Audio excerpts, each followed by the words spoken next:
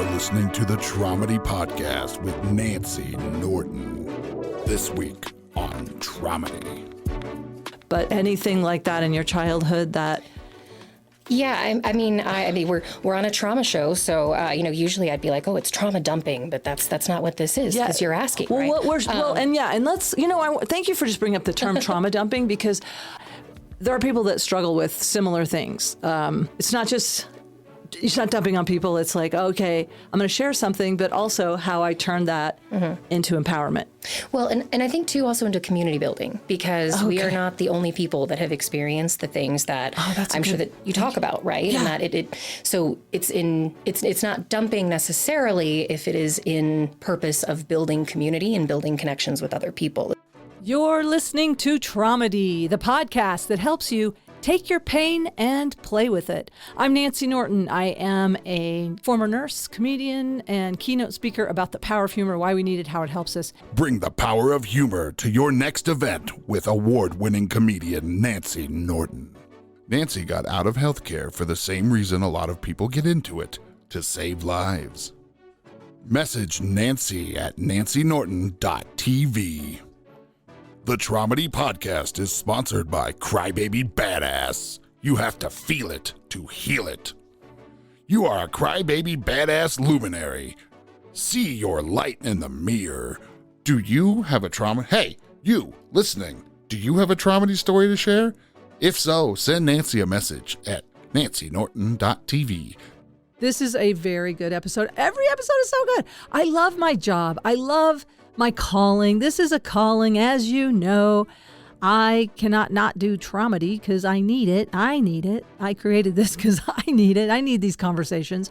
I hope by listening in, you get a little something from them as well. I really am learning from every guest some coping skills or some inspiration, and always something funny every single time. And this is a mental health podcast, not so much a comedy podcast. Little trigger warning before we get started. This episode deals with sexual assault and abortion and depression and suicide and a whole lot of empowerment around all those subjects. So keep breathing. Know you're not alone. My guest this week is an incredible person. She is a survivor and a thriver and a person of service. She's running for House District 3 in Colorado. Gena Ozols, you're going to love this episode. It's full of insights. It's full of vulnerability. I mean, this is the kind of person you want to represent you, and also somebody who we want in our state to take care of us, because that's what they're doing. Lawmakers are taking care of us to ensure some safeguards so that we have protections under the law and that we have our freedoms. So remember to vote. And that's one of the takeaways from this episode is we really do need to vote. As always, if you want to see me live and in person, do you? I don't know. I think I'm a lot of fun. If you want to find a comedy show or to connect with me, go to my website, nancynorton.tv. Everything is there. I'm most excited to announce that we're doing a fundraiser. Vinny Montez, who is a guest, he works with the Boulder County Sheriff's Department here in Boulder, and we had our neighbor city, Nederland, had a tragic fire recently, and we're putting together a fundraiser. All the proceeds go to a big fund up there for Nederland to use as they see fit, and it's going to be 3 headliners in one show. It's my buddy John Novosad, who is an amazing comedian from here in Boulder, but we're all headliners at Comedy Works in Denver. It's Vinny Montez, Nancy Norton, that's me, and John Novosad. That's on the 28th at the Dairy Arts Center in Boulder. Come out. It's a good cause. It's going to be a lot of fun. It just feel good to get together and do something good for our community. Trauma plus comedy equals Tromedy. Tromedy is not a replacement for trauma therapy, but it may help you get by between sessions.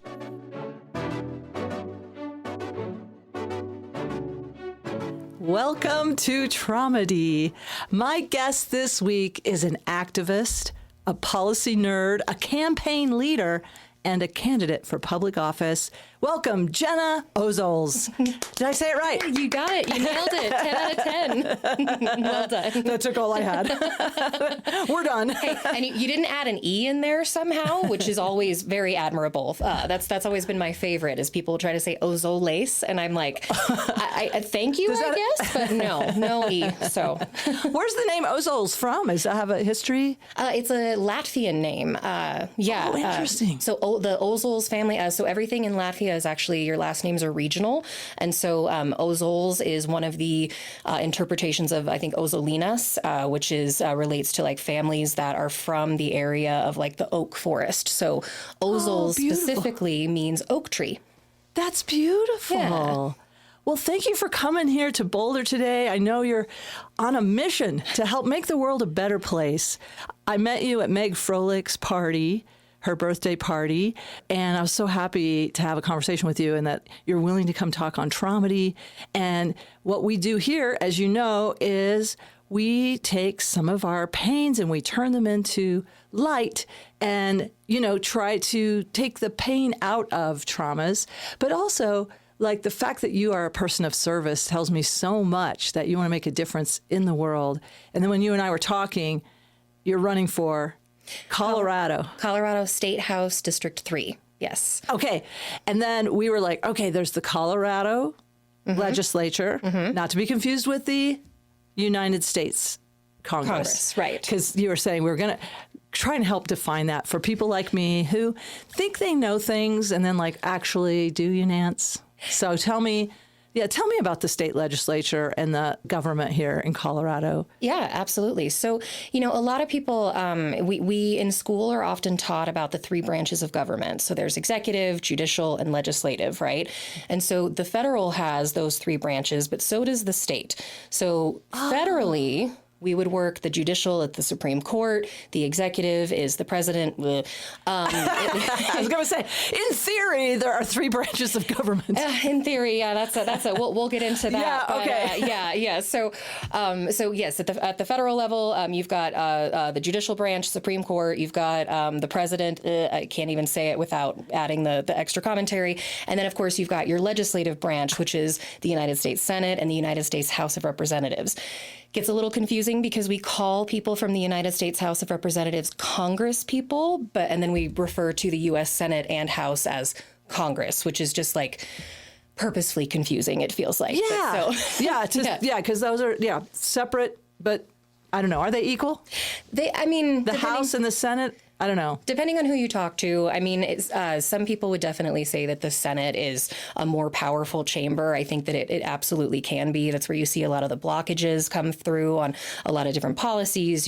The makeup of it, because senators are elected every 6 years versus every 2 years. You've got people that get more entrenched, or you have people that aren't working with new folks quite as frequently or aren't being challenged quite as frequently. And so the Senate can have a very different culture than the House of Representatives and our Congress people who are elected by population versus by two from every state. So many people have actually argued for getting rid of the United States Senate because they think that it's a wholly inequitable chamber. Because just even in my limited knowledge, it feels like, what does Wyoming have? How many senators does Wyoming have? Two. And how many does Colorado have? 2. What? Yeah. Yeah. But at the same time, Texas and California, who have way more of a population than Wyoming, they also only get 2. And so that's where the United States Senate, having 2 per state, was supposed to be an equalizer for states that have smaller populations. They get an equal amount of power within the U.S. Senate. And then Congress, the House of Representatives, is supposed to balance that out because those are apportioned by our population. And so Texas has way more Congress people than Wyoming has because they have a larger population. That's how Colorado just got an 8th congressional district in redistricting a few years ago, because our population has grown, whereas other states lost congressional representation because their populations gotten smaller. So, and what do we think? Do we think medical marijuana for that, or when marijuana became legal, that we got a bunch of new? And do you think that? That just wasn't on my list at all to talk to you about. But I was thinking back when there was an influx of folks coming in because marijuana was legal first here, wasn't it? Mm-hmm. And I'm thinking, oh, did that shift us from purple to blue? Or I don't know. Was it marijuana that shifted us, or was it the mushrooms? I don't know. Neither, none of the above. I mean, I personally am of the school that marijuana absolutely had a huge influence on the influx of population that Colorado had.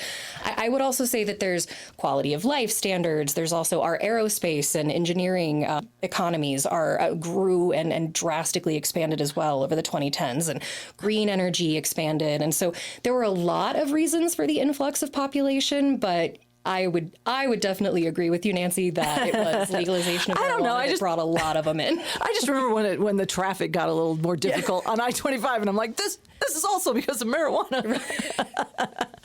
Well, maybe also people drive slower on marijuana. My friend George McClure has a joke about driving on marijuana, and he gets pulled over for going too slow. And he goes, and you were weaving. He goes, I know I wasn't weaving because I was using the curb as a guide. I don't know. I'm probably botching his joke. But anyway, back to... Oh, well, I mean, my favorite, though, is that you're more likely when you're driving on marijuana to stop at a stoplight and wait for it to turn green. So a stop sign? A stop sign, yes. You stop at a stop sign and you're waiting for it to turn green. Yeah, see, I messed up the joke, too. My God, am I on marijuana right now? I don't know.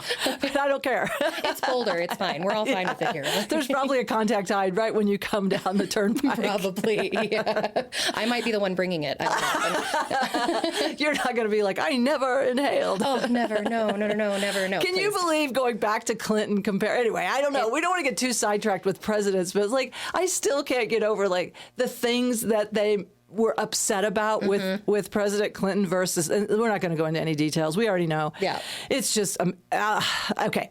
Okay. Yes. Let's do a parasympathetic nervous system reset. Trigger warning. You talk about a trigger warning. Oh, yeah. Where did I cut you off? Let's go back. So we talked about the federal. That's how the federal works. And what a lot of people don't necessarily realize is that the state has the exact same infrastructure built within the state. So our executive branch is the governor instead, and then we have a state senate and a state house. What I am running for is the Colorado State House. So much like a congressperson in D.C. would work with the president on setting a budget or writing laws or making policies, the role that I am running for would be to represent the cities of Inglewood, Sheridan, Cherry Hills, and a small portion of Denver in the state of Colorado, work with the governor on setting the state budget, state policies, and other types of laws. And thank you for being willing to be of service, because, I mean, I can't imagine all that you take on when you do that. And you said you were of service as early as what, 19? You said you started working in... is it politics, lawmaking? How do you like to phrase it? I mean, I think politics is kind of the catch-all term. See, this was the date. No, sorry about that. Yeah, you talk with your hands. I do. Maybe I need to get a new rig where it comes down like during a boxing match or something. I was going to say, and then you got people like all ready to go. But yeah, I think politics is probably the best umbrella term for it. But okay. I've worked in both, campaigning. I've worked in community organizing. I've worked in policy and lawmaking specifically. But a lot of things work underneath that. And I actually, I've been telling people I ran my first campaign when I was 19, but that's actually not true. I was 18 when I ran my first campaign, which was for an Aurora City Council candidate named Pam Bennett, who was the first openly transgender candidate to ever run in the city of Aurora. Wow, I got little goosebumps. Yeah, Pam was amazing. Hi, Pam. She and we actually, of the 5 candidates running for 2 seats that year, we came in third, but we came in third by 197 votes. Oh, such a close race. Yes, and for 2007, to have a openly transgender Democrat running in the city of Aurora and coming that close. Oh, it was huge. And it really was one of those moments in my life where I'd struggled with a lot of different things in school, and I'd struggled with a lot of different just aspects of not really understanding why do I have to do this work? Why is this the important thing I need to do? And then I came to campaigning and I came to politics, and that race in particular, I saw, wait a minute, I get how the numbers can help people. I get how we can actually make a change. Yeah. This is something where I can see exactly how the work that I'm doing day to day can lead to better futures for other people.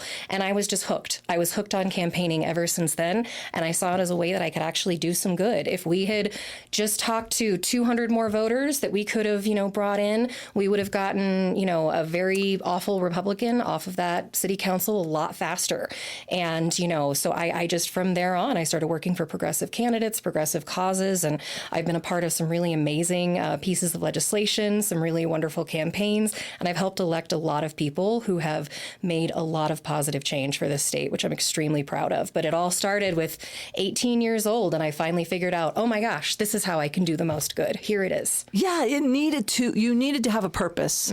You needed to make an impact. Wow, to get that at such a young age, that's pretty impressive, I have to tell you. How did you grow up so fast? Was there something, did you just come into this world with, I don't know, more adulting than most of us? Like I'm 65 and I feel about 14 emotionally. Really, I don't take on a lot of real responsibility. I used to work as a nurse, and now I look back at that going, oh my gosh, if I had known all the responsibility I was taking on at such a young age, But what brought you to doing things like that so early? Was there... I was always that kid everybody referred to as an old soul, which I feel is a little bit being like, wow, kid, you're only 8 and you've already lost all of your serotonin production. Like that's sad. Were you depressed? I was, I was often a sad kid for sure. I think I often just felt out of control. I felt I was very aware of the fact that because I was a child, I did not have a huge say in my life and in the decisions that were made about my life. And so feeling powerlessness, like one of the things with trauma we talk about is one of the things that triggers us is a sense of powerlessness, no agency in your life.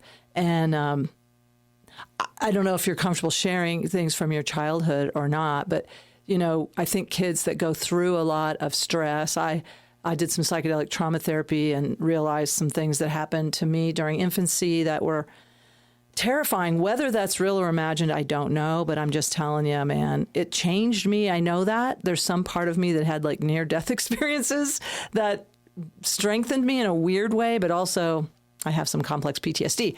But anything like that in your childhood that... Yeah, I mean, we're on a trauma show, so usually I'd be like, oh, it's trauma dumping, but that's not what this is, because you're asking, well, right? And let's, thank you for just bringing up the term trauma dumping, because there are people that struggle with similar things. It's not dumping on people. It's like, okay, I'm going to share something, but also how I turn that into empowerment. Well, and I think too also into community building, because we are not the only people that have experienced the things that I'm sure that you talk about, right? Yeah. And that so it's not dumping necessarily if it is in purpose of building community and building connections with other people, as far as I'm concerned. Yeah, thank you for saying that. I really love that you brought that up, and that is so wild. Last night I just heard something similar about finding community, even if it is in recovery rooms or on a podcast. Like, you're not alone. And so thank you. So building community. Yeah. No, and I think your question about the powerlessness in childhood, I think, is so apt, because one of my earliest memories was being sexually assaulted in a bathroom, and I will note it was not a trans person who assaulted me in a bathroom. So anybody who wants to jump to that can go themselves and stop hating on our trans brothers and sisters and siblings of all types, because that is simply not the case. It's ridiculous. Right. Thank you. But one of my very first memories, I don't necessarily need to go into too many details, because I have family who are, still around and who might be listening to this that would be very upset by just kind of some of the details of how certain things happen. But, I couldn't get to the adult that I was with. I needed to use the restroom, and I couldn't find who I was looking for. And so I went to find a bathroom and someone was watching me and he followed me in and he told me that if I ever told anybody what happened, he would come and kill my family. Of course, I was a child. Like I didn't understand that. No, you're terrified. Who the hell is this guy? He doesn't know me. I mean, of course, the very first thing I should have done, and I say should with the very, understanding of we can't should on these types of situations because again, I was a child. I didn't know what to do, and I wish I would have gone to the security at the building and said, but I didn't even know how to describe what happened. I didn't know how to say. And I appreciate what you said earlier with the these thoughts of was it real or was it imagined or I went through that conversation a lot in therapy. I had a really, really wonderful therapist who I worked with on that. And she kind of told me, she says, listen, I understand that you ask these questions of yourself.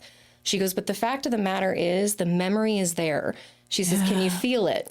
And I said, yeah, if I think about it, I can feel it. Yeah. I can feel every bit of it. I can smell the room. I can, all of it.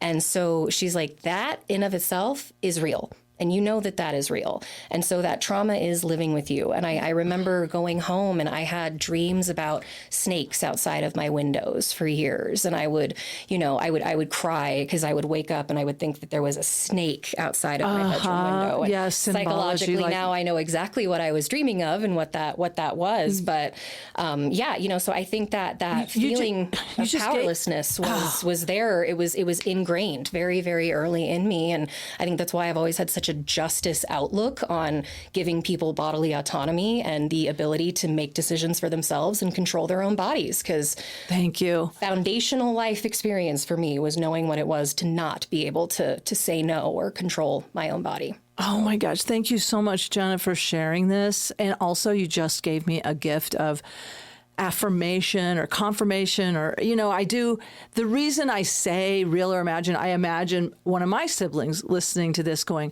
Mom never did that to you. And one of them said that to me. And I'm like,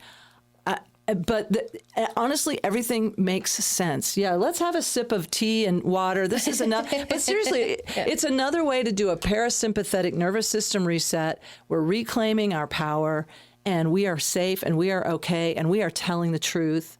And that feels good. Telling the truth and letting people know they're not alone. Yeah. And even with the doubts, and here's the piece I wanted to tell you. You just gave me an insight because I had recurring nightmares of drowning. What came to me during psychedelic therapy was that. And so it's an infant memory of being suffocated intermittently. And it was during psilocybin therapy. And I do believe that is almost like a spiritual experience. I was my mom and I was me at the same time. And I kept saying, she's not in her right mind. She's not in her right mind. And I do think she had postpartum psychosis. And I don't think she may have vague memories of it. I have a sense that she has. I always had this funny feeling like, there was just this shame thing. I don't know. But anyway, the point is I kept having these recurring dreams about drowning, about sinking in quicksand, all these kinds of things where I couldn't breathe. And everything makes sense after doing that therapy. Now my life, like needing a microphone, needing to feel heard, needing somebody to know, like, I'm here, I don't know.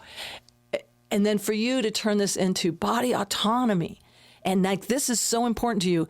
I have been so proud of, and I'm imagining you must have been involved with the legislature that gave women reproductive freedom rights into perpetuity in Colorado. Were you part of that campaign or that bill? I was part of that campaign and that work for literally 10 years. Wow.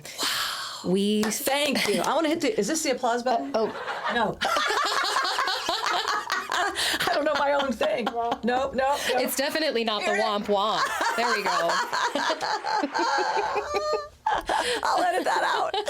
Or not. Or maybe not. It's maybe Tromedy. Not. I mean, the womp womp, I do feel could be used very, very purposefully. Well, for the other side, right?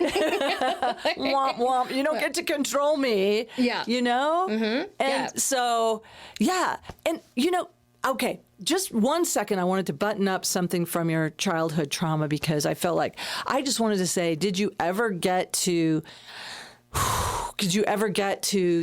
to say to that person, or did you even know who that person was? So I was actually, statistically, most of the time when that stuff happens to kids, it happens from someone that they know who's in their personal network. And I am the outlier statistic. We were on a trip. We were traveling, and it was just a random person. Because you had to go to a bathroom far from your family or something. Yep. Okay.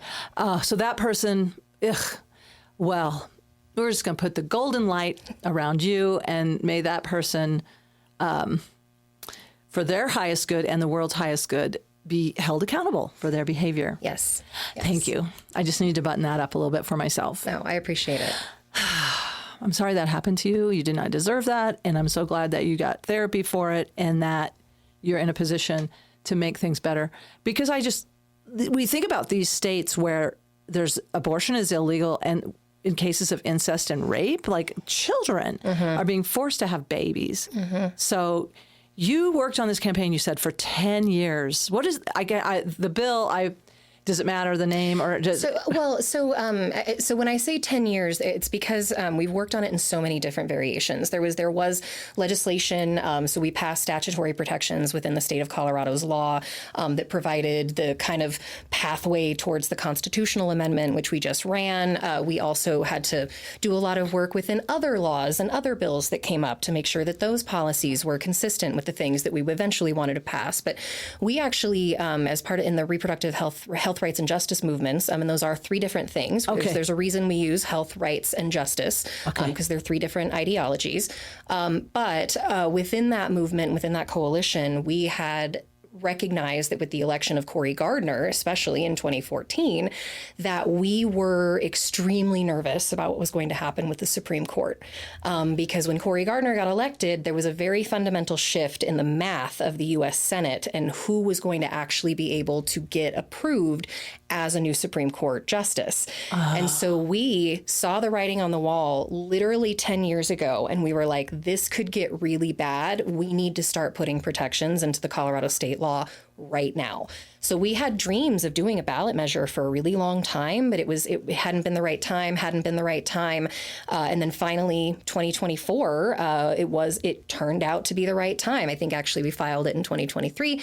And I want to give a major shout out to, Karen Middleton over at Cobalt, who was a real leader on that issue, who did a lot of that initial legwork. But what's Cobalt? Cobalt Advocates it is a reproductive rights organization that also has an abortion fund that helps to, if you have extra dollars laying around, it's a really great place to send some money. Cobalt's abortion fund actually helps people coming in from out of state who cannot afford abortion services and need things like housing or transportation or even just access to doctors. But Cobalt does work directly with folks to help them actually get the services that they need, as well as to do legislation within the state.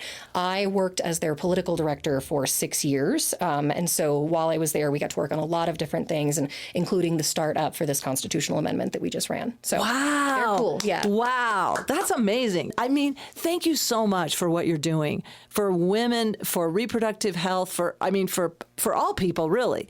I'll tell you my Tromedy around, I don't know if I shared this when I was doing comedy at Meg Froelich. I think I maybe did, but it's just, listen, I've had miscarriages, which is a sadness. I mean, it's the deepest sadness of my life that I lost a baby that I wanted, but I'm definitely, thank you. I mean, but I'm pro-choice, and it's like the name of a miscarriage in medical term is a spontaneous abortion, which is like my uterus is an improv artist, It's like, yes, and the baby fell out. And so, I mean, this is how you have to laugh otherwise. But the thing I think is like, okay, if God can surprise me with a spontaneous abortion, then you should be able to surprise God with a planned one. And I mean, also, who's going to surprise God? Like, God knows if you believe in a higher power, which I do. I just feel like in the spiritual realm, are there any surprises? Like, trust body wisdom, trust a woman's wisdom. If this is not the time, and if this is not the place, this is not, we do not want more unwanted children in the world. This is not a good feeling. Trust me, I've been there. Well, and ultimately, it's about knowing. I think that there's a huge component of ego to anti-choice, perspectives, because a lot of, as you just said, like, it's about trusting that woman's knowledge and trusting. I cannot imagine having a level of ego saying to another human, I know what's better for you than you do. Yes. Like, I cannot imagine that. And to me, a lot of anti-abortion and anti-choice ideology really boils down to people who believe that they know better than this particular pregnant person. And the fact of the matter is each person knows what is best for them, their body, their futures. They know what they can handle. They know what they can't. And this idea that anyone, especially the government, being able to come in and tell you that what you can and cannot do, like, that's just not okay. Crazy to me. It's not okay. Yeah, and you took action and you did something about it. So people can come here, and so that law is in place for it. I don't know, into perpetuity, we hope. I know there's always... Well, I mean, there is always something, but now, because so we passed the statutory protections. That was a good, barrier and protection, but statutory things are a lot easier to change in the law, because that you just have the legislature that needs to run a bill and they can roll back something that is within statute. But so we then decided to continue it, build on that, and gain more strength around this policy by actually making it a constitutional amendment. So now it is in our state constitution, under the passage of Amendment 79 last year, that we have the constitutional right to access a safe and legal abortion within the state of Colorado. And so it was a long time coming. It was extremely important. And, one of the big reasons that I've decided to run now is because, especially with everything happening with the feds and with Trump doing the things that he's doing, and unfortunately, with everyone being let down sometimes by a lot of our leaders that are out there who are not necessarily staying in lockstep, or who are not fighting him in the way that I think a lot of us want to see them fighting him, we need to be able to look down that runway and see what is coming, and see how do we plan to protect Colorado's mail-in ballots, which he has gone after. How do we protect our elected officials who, he is causing stochastic terrorism to come at, like Melissa Hortman, who was just killed a few months ago. How do we, there's so many things that we need to be thinking about on how to protect Colorado. And that is why I decided I have to run for the Colorado State House. I literally woke up the morning after Election Day, and I've been saying for years, I don't know if I want to run, if I'm the right person at the right time in the right place. We'll see. I don't know. And I woke up the day after Trump got reelected, and I'm like, well, fuck. I got to do this, don't I? Because I cannot give up 15 some odd years of, connections and building community to just hand over, we need these you. Decisions to we people. We need you, Gena. Thank you for stepping up. And I know you are compelled. You know what I mean? You're compelled to do it. Like you cannot not do it. Like, it is a calling. It feels weird to say, but yes, I do. I very much feel compelled to do it. It was also one of those things. A lot of big decisions in my life, I end up going back to this question of 3 to 5 years from now, if I look back on this decision, am I going to be okay with it? And that was one of the things I realized, is that, I cannot, in good conscience, think about looking back at the decision I made to run 3-5 years from now, or, if someone else got elected, and seeing the choices that they make, or how they operate within the building, or who they choose to ally themselves with. I would never be able to forgive myself if I knew I didn't go for it and I didn't try. It's one thing if I try and I lose, well, I tried. You did. I know you did all you could do. Yeah. I did what I can do. And as long as I know I did what I can do, I can put my head on the pillow at night and I can sleep. Yeah.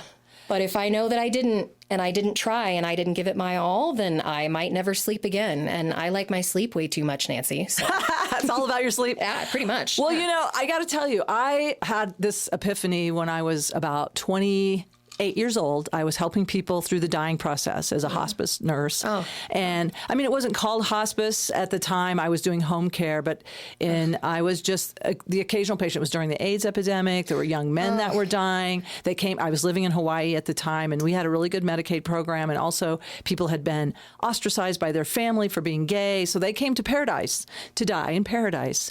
And oh my gosh, I'm just saying you get this thing, like I was 28 and it hit me, I'm going to die. I am going to die. And I talked with different people, and some were at peace. And I'm like, how are you at peace? And they're like, well, I live my dream, you know?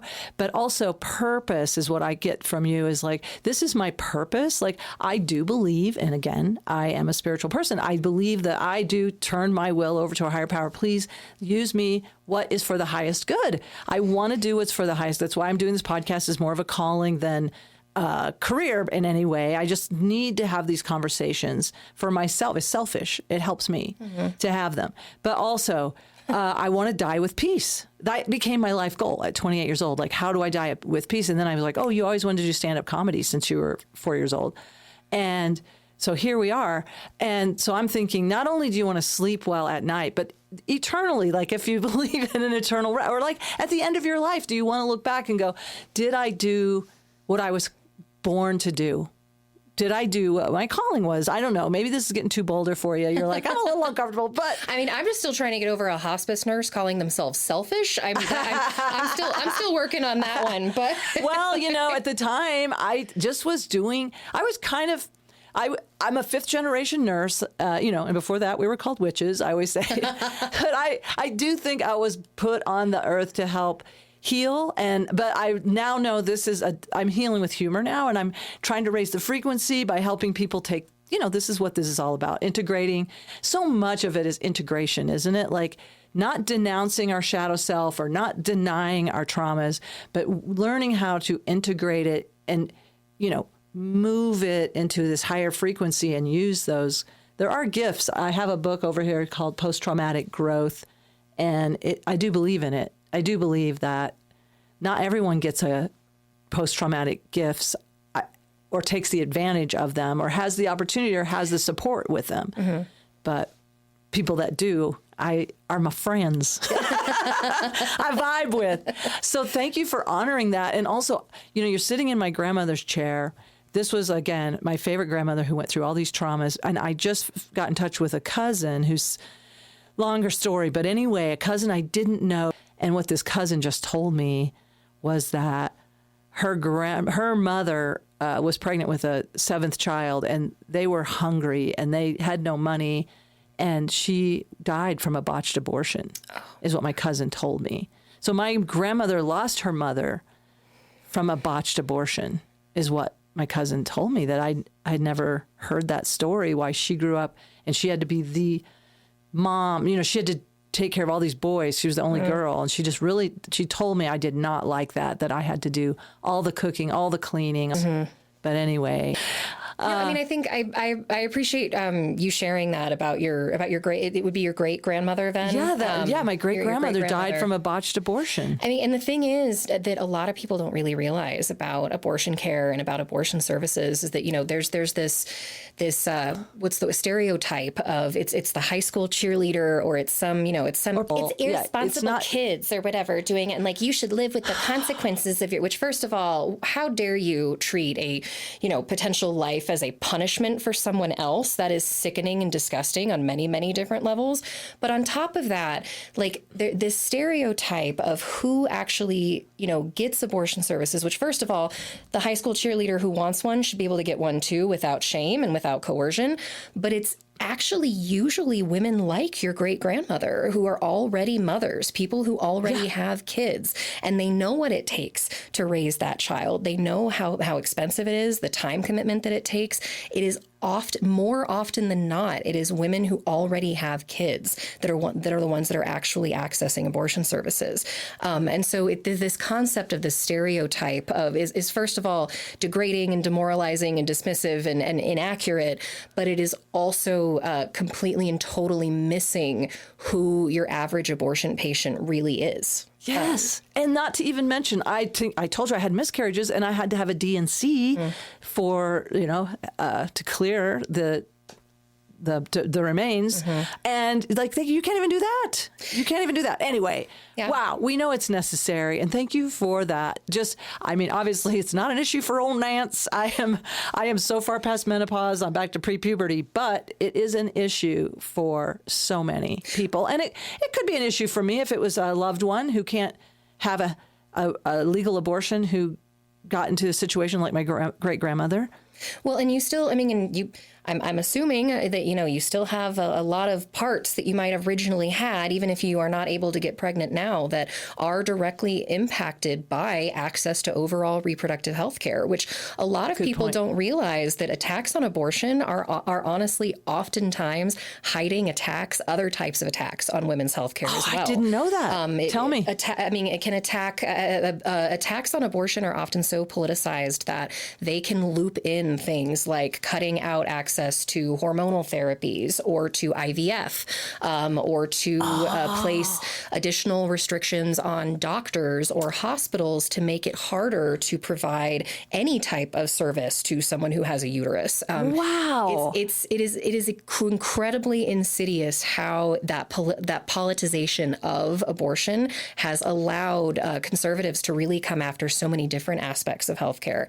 And something I wanted to mention as well is, like, you were sharing, you said you had a D&C procedure. Right. There's this creator, this TikTok creator that I absolutely love. Like, it's my guilty pleasure. Her name is Shauna the Mom. She does these ridiculous skits of her playing like 20 different characters, and you totally buy into, like, this is the McAllister family, but it's all just like this one white lady who's just delightful. But she did this story recently where the main character of her web series loses the pregnancy fairly late in gestation. And it's a really devastating story. And they talk about in the skit how they are going to induce labor. And the first thing I thought of is, I was like, oh my God, I love this woman even more than I already did. She's now not a guilty pleasure. She's just a total pleasure, because she's willing to do this. Because a lot of people don't realize that's also an abortion. Abortion simply means the intentional ending of a pregnancy. That is what it means. That's why spontaneous abortion is a different word. You have to use the word spontaneous abortion because abortion means the intentional ending of a pregnancy. And so even if your pregnancy is not viable anymore, if you are being induced at that point, it is specifically to end the pregnancy. Wow. And that is what a lot of people don't realize. And, like, you can't even necessarily say, like, oh my gosh, like, I really wanted to post on her page, like, thank you for doing an abortion story like this about abortion later in pregnancy. This is so incredible. But sometimes people get really upset about that because they'll say, well, I didn't have an abortion. My baby died. And be like, well, I'm not trying to upset you and feel however you need to feel about your experience. And I'm so sorry that you went through that. But medically, that is what it's called. And when we try to separate these stories, it really it reinforces this idea that there is a moral abortion and an immoral abortion. And that's not true. It's not true. An abortion is an abortion. It has a definition. It can mean it can look like a few different things, but it still is the same definition across the board. Okay, yeah. And thank you for sharing that. And also the fact that it is a slippery slope. Like, you're in my business. You are so in my business, my very, very personal, private business. And speaking of hormone replacements, I identify as non-binary, she, they. I mean, I'm female, but gender non-binary. And yes, I do have the female parts, and I am on estrogen and testosterone, for balance also, to open a jar. But I mean, that's as close as I get to sex right now. The is important thing. Testosterone cream. Rubbing testosterone cream is like, that's it.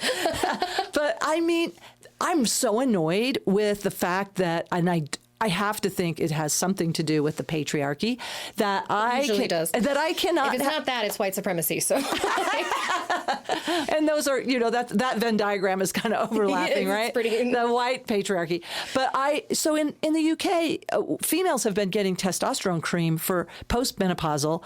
Females have been getting testosterone cream for 20 years, and it helps with bone strength, brain health, cardiovascular health, muscle strength, and it is not approved in this country. It is crazy that I go to a compounding pharmacy and have to pay for it out of pocket because my endocrinologist says, I'm sorry, I cannot. That's not FDA approved. And I go, but I'm reading all these peer-reviewed studies and I have osteoporosis and I want my bone density, bitch. She's like, I cannot. And then she said I could write it for gender affirming care, but I don't know how long that will last under this administration. Right. But anyway, I just went ahead and went to the compounding pharmacy, which is fine. I mean, I can afford it, but not everybody can. That's why it should not be an elitist thing to have hormone replacement therapy. And I got on my little soapbox about that. So thank you for protecting those kind of rights. But if you can do anything about testosterone, if you could put that on your list, would you mind? I gotcha. We will definitely. I know that's probably more of a federal. That's more of a federal thing, probably. Well, I love that you're sharing all this information, and just it excites me. It helps me understand like why I need to vote, and I need to learn about the process, how voting makes a difference, how voting for someone like you makes a difference. And so how can people get involved? Like if we think about people that may or may not, like whatever sparked that in you, is there a way we could spark it in someone else? Like that they want to get, like I want to make a difference too. I want to take my, whatever, that feeling like when we watch the news and that feeling of disempowerment or powerlessness, where can we shift that into empowerment and make a difference? Well, I think one of the first things I always try to remind people is, and I'm a nerd, so I'm going to go to quote Tolkien because that's who I am as a person. But I love it. One of his quotes, Gandalf says, is that many people believe that it is only great power which can hold evil at bay. But that is not what I have found. What I have found, it is in the everyday deeds of people that can actually hold great evil back. And I don't have the quote, of course, exactly right. There's some nerd out there who's probably like, no, that's incorrect. And it is, but hey, I'm close enough. Yeah. But I often start with that when people ask, how do I get politically involved? Because the thing is how you need to ask yourself, what are the things within your daily life where you can already go ahead and make a difference? If you are at a company that is not recycling, can you be the person who helps them start to recycle things at the office? Are you at a company that has a lot of food go to waste after the staff meetings every Wednesday or something? Can you be the person who takes charge to pack up that extra food and go bring it to hungry people who are sleeping on the street? Because apparently this is a thing that our culture has decided is okay, is to let people sleep on the street now, right? Yeah. And so I would first offer to people that you don't necessarily need to go from 0 to 100 immediately. You can really start looking at your own networks, your own space on what are those things that you can start doing and advocating to other people, getting other people to vote. Make sure that every friend of yours votes in every single election. Have you asked your friends? Do they have a plan to vote yet? That is organizing. That is community building when you actually are activating your own networks to get involved. So I like to start there. Yeah.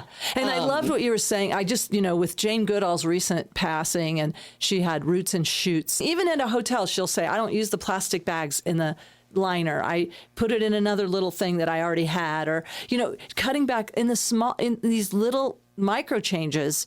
And I've just been I've been talking to Jane Goodall a lot lately. I go, sorry, Jane, I used a straw. But I love that about recycling. At my son's Nepalese heritage camp, I became the zero waste person. Like that was me. That was I was the trash lady. Yeah. Non-binary, of course, trash person. Excuse me. I was going to say, usually you don't hear trash lady be used as like a complimentary thing, but that's good. I'm glad to hear that. She's a trashy lady. And hey, and right, and I also am totally on board with the concept of like we don't need to be taking on all of the evils of our world because you use a plastic straw does not make you an evil person. Like it does not. Are you sure? It's not the same. If you know better and there's an option. If there's an option, and but also I also am not going to hold individuals responsible for things that I'm sorry, Amazon does a million bajillion trillion times more environmental damage. By the way, than my plastic straw that I reuse. Get rid of Amazon Prime. P.S. Yes, do that. Those are good things. Vote with your wallet for sure. But at the same time, I have some peace around things, or I will do things, and I'm like, please forgive. I ask the earth to forgive me because it is you're in this system, and it is overwhelming. So that's a good point to make too. Is okay, don't vilify yourself, don't beat yourself up, but when you can make a difference, and you have the choice between paper or plastic straw, okay, go with the paper. Yeah. Okay. Sorry that I know I know these sound like small things, but it does it again back to peace of mind and sleeping well at night. Okay. So Well, make sure okay, go and ahead. it's not a small thing to get your friends to vote. It's not a small thing. Like there is a ladder of engagement that you can really start to look at, where there's those everyday deeds, there's the activating your network, and then there's actually getting involved with organizations that align with your values. You know, you can become a party volunteer if that's something you want to do. You can volunteer with an organization. Many people do not identify with political parties, which is completely fair and very justified in a lot of different ways. Right. But, you know, I bet that you might not necessarily identify with a particular party, but if you support abortion rights, I bet that you support the work of Planned Parenthood and Cobalt and Color and the Interfaith Alliance and all of these other groups that are doing really wonderful work. You can work and support those organizations as well and get involved with a lot of the advocacy work that they're doing, because they are literally the professionals in this work who can direct you into doing that which is the most productive thing for that issue at that time. So number one, do things within your own community, build community within your friends, make sure that your friends vote, make sure that your friends are educated, and then take it to that next level by finding that group that you agree with and become part of it and help them and actively take part in the things that they offer for engagement. And you are going to start learning so much about how to then even grow your advocacy larger than that.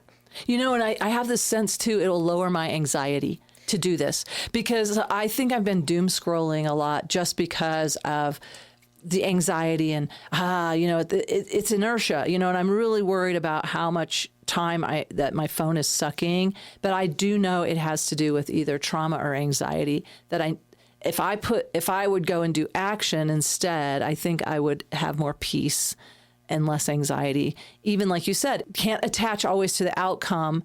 But I mean, that's really great when there is a positive outcome. But there certainly won't be one if you don't give it a whirl. Absolutely. So yeah, have that good sense. It's going to bring more peace to put that into action, put your passion into action. Well, I mean, it's kind of like we were talking about earlier. You know, if you can look back and say, I did what I could do. I impacted, you know, again and again, another reason why I decided to run for office is I can't necessarily directly impact what is happening in Washington, D.C., but I happen to be in this wildly privileged position, and not privileged. I mean, I've worked my ass off for it, but my metaphorical ass. But, you know, I've gotten to this position, and it's not that I can necessarily impact things in D.C., but I know I can impact things here.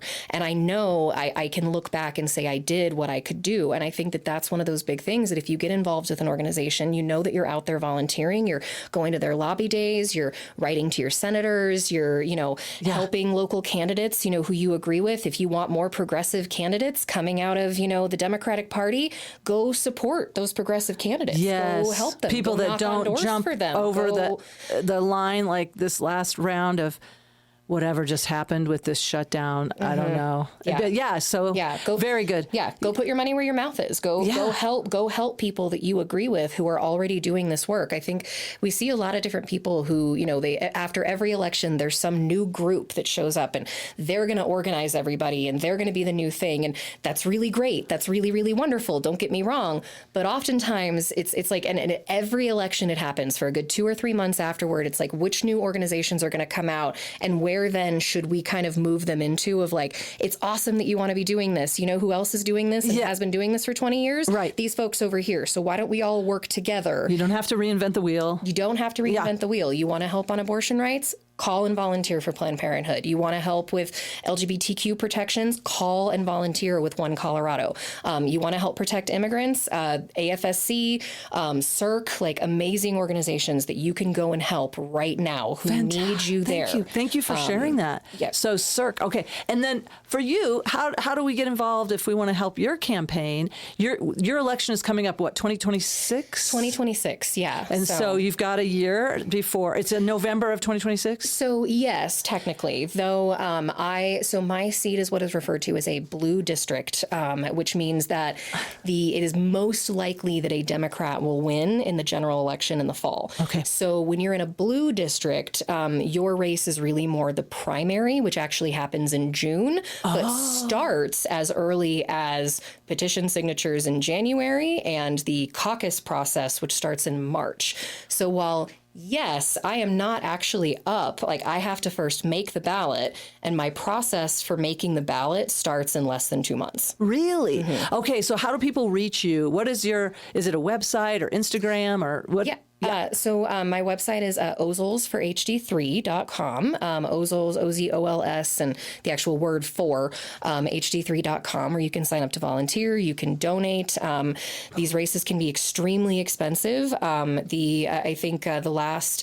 I think that one of the biggest Democratic primaries that we had in the state last year, there was literally $500,000 spent on this Democratic primary. I'm really hoping that that does not happen to my district, and that we can keep that from happening and have our money go to much more productive places. But volunteering on my website, helping support with your dollars, following my social media pages, Ozols for HD3 is my Instagram handle. I'm not so great with TikTok. I have a TikTok, but it's just me watching stuff. I just watch things. I'm a lurker on TikTok, but my social media pages on Facebook and Instagram, where I post a lot of updates on kind of how you can get involved. So, gosh, this is so much work that you're doing to be of service. What are some other things that sparked your calling to be of service and want to make a difference?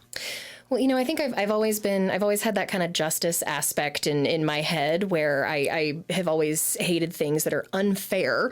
And so I've always looked at kind of, women's lives as this is patriarchy makes these lives so just basically unfair at times. And it has always made me so angry. But, I think one of the big things for me was when I was about 11 years old, my parents divorced.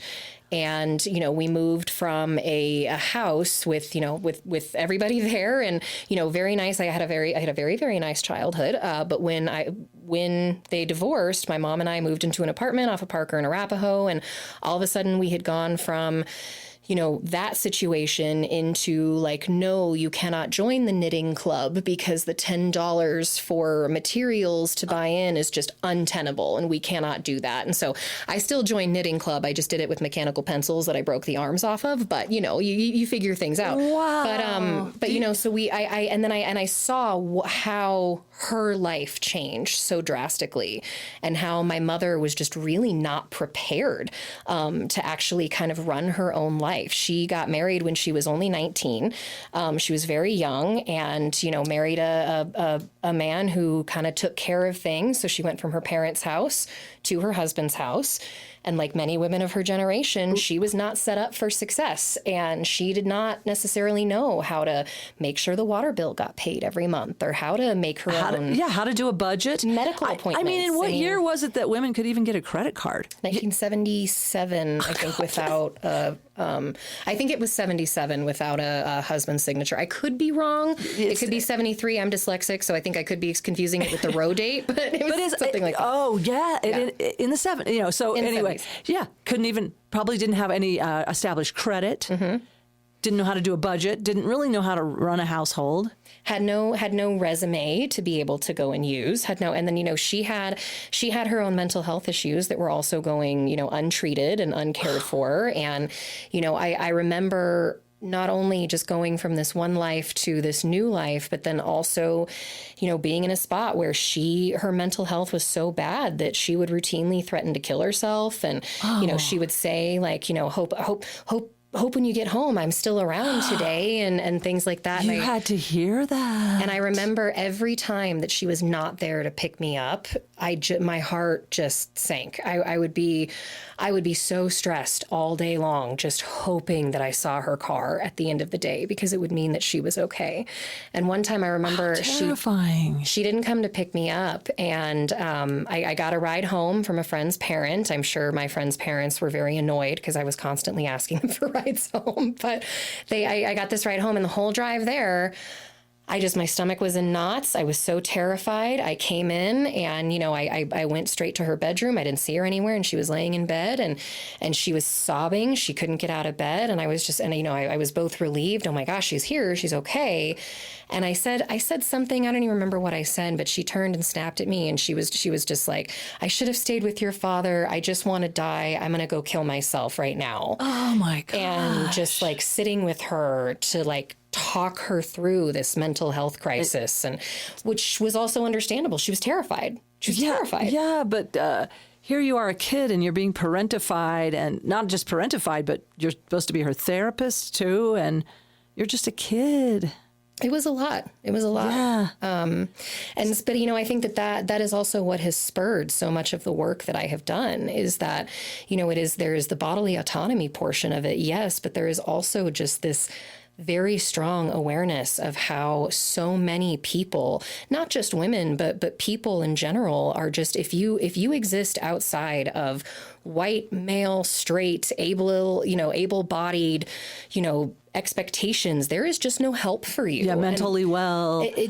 And so, so many people are suffering with these things and trying to navigate these systems that are just not built for the people that actually need them. And, I remember trying to help get her access to certain care through the county, or trying to, figure out a payment arrangement for a bill or something. And I'm 15, like I should have, like, why am I doing this? But that's what she needed on that day, was for me to help her with that. And, So you really did have to grow up so fast. I was an old soul, and then I was just an old lady immediately as well. But you had to grow up so fast and have to go try to find these services for your mom that either were or were not there. And so you're trying to make way for there to be some safeguards for somebody like that. I mean, there are certain things, government can't really, you can't pass a law that makes what that experience was just not happen anymore, right? But we can make systems that are more equitable. We can make, interfaces in government institutions and medical institutions. We can make interfaces that are easier to navigate. We can make... Yeah, especially when you have mental health issues, when you're trying to... Listen, I have ADHD, and it took me 2 weeks to set up a dental appointment because, now you have to go find this, then you have to do that, and then you have to... And there's like, there's 3 steps, and I got to start over next week. I mean, that's just ADHD. Right. Like, I can't imagine with, dealing with, major depression and, what your mom went through and then so you're having to try to help her get some sort of support. Mm-hmm. Yeah. Yeah, no, I mean, and she became so desperate that, I shared, I've shared on some of my social media profiles before, but like I started my adult life very heavily in debt. And this is debt that I did not create, because sometimes your parent has your social security number and can set up credit cards or other things. And so I came out of high school. I started running campaigns quite literally that fall. And then I come to find out that I have $27,000 in credit card debt that I never created. And the only way to get rid of it was to prosecute my mother, which was just not something I was willing to do at the time. And so I kind of started out with a lot of this hanging over my head as well. And so it wasn't necessarily just a matter of like, okay, we're going to get her through this and then I'm going to go be an adult now. Like I then had this huge thing hanging off of me. And there are things there that can be done by government to help protect kids from having parents, I had use never Social heard of Security this. numbers or have that is a thing. I guess you're right. It never occurred to me that somebody would do that. Like, yeah, it's real. It is a real thing. And I've talked to several other people who've had similar things happen to them. And you had to work so hard. Did you end up paying that off by yourself, or so you had to just work as a kid to pay off all that debt? I mean, I take some comfort into, I've always said there's really only 3 types of people in the world, and the vast majority of us are workers. The next category are people who cannot work for whatever reason, mental health, physical health, age. And then there's the third category of people who don't have to work. And people who don't have to work, unfortunately, are ruining the world right now because they're deciding to take hobby jobs in DC and destroy the ballrooms and all of this other kind. Exactly. People who don't have to work do not understand what people who have, grown up in these certain circumstances will understand. They just don't, because the majority of us are workers. I am proud to be a working person. I am proud to have worked my entire life. Also, I shouldn't have had to, But there's a part of you that's like, I know what it takes and I will always do what has to be done. So But yes, people that are work, I was thinking about that. People who want to be of service, who are workers, who understand what it takes to be in a working class family. Whereas we, like you said, these hobby people that they have no clue. They're not there for service. They're there for ego and enrichment. And it's disgusting. And that's not what you're about. You're about empowering people and being of service. Or you're talking about health and you're talking about rights. And what was the third? Justice. And justice. So those are the things that call you. So justice. I've always had that justice lean in me. And yeah, I mean, I think like being able to, there's a reason that we say that the perspective of who you elect is really important. And that is because if we continue to elect people who do not have the perspective of workers, if we continue to elect people who have not gone through those types of experiences, they will continue to legislate in the way that benefits them. And when you elect working people, when you elect queer people, when you elect people of color, when you elect people neurodivergent people or neurodiverse, yes, when we elect people with different perspectives, we get different results in our government. And so, when people say, "Oh my gosh, Congress is all these lawyers," or Congress, or or the House has all of these, everybody in there has been a homeowner for over 10 years, or I don't know if that's a true one. I'm just trying to make something up. But like, if everybody has that same perspective, why do we expect them to then do differently than the people we'd previously elected with the same perspective? We have to elect workers. We cannot expect that things are going to get better for working people unless we are able to figure out ways to elect working people who have that perspective. I know what it is to not be able to save money because I am constantly worried about having to move out of my rental.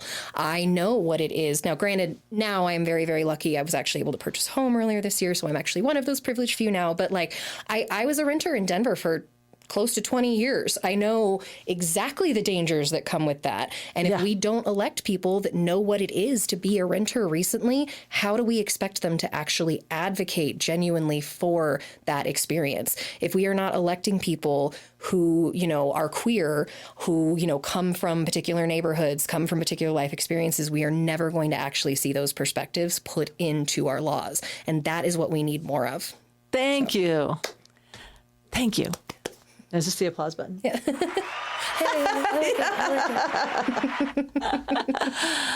Thank you, Gena. Thank Was there you. anything else you wanted to share?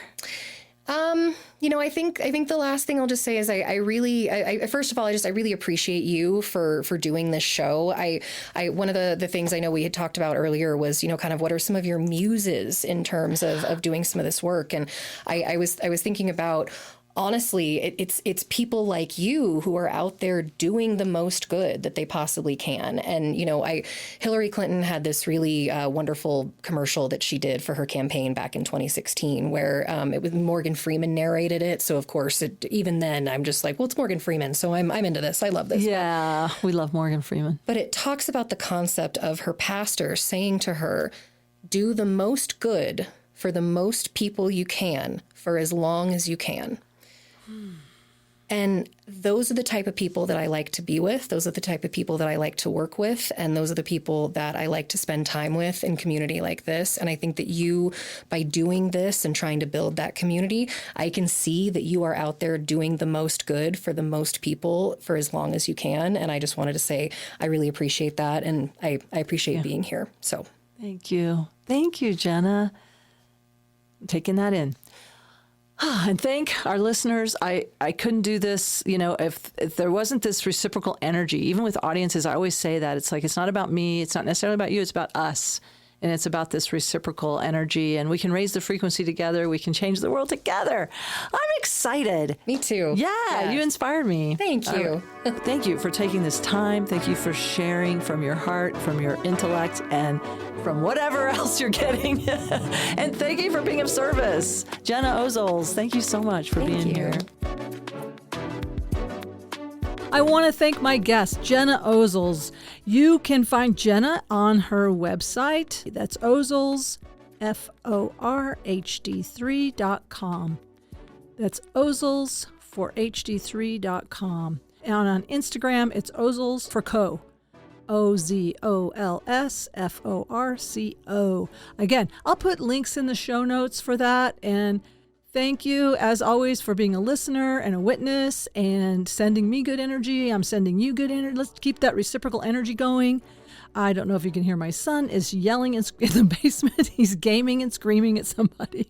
But I want to thank my son, Nathaniel Norton, for playing all the chess and for making the music loop for Tromedy and just for being my son. Thank you, Higher Power. Give a little shout out to the Higher Power. Old Nance is giving a little shout out to Higher Power. And as always, no matter what, keep laughing.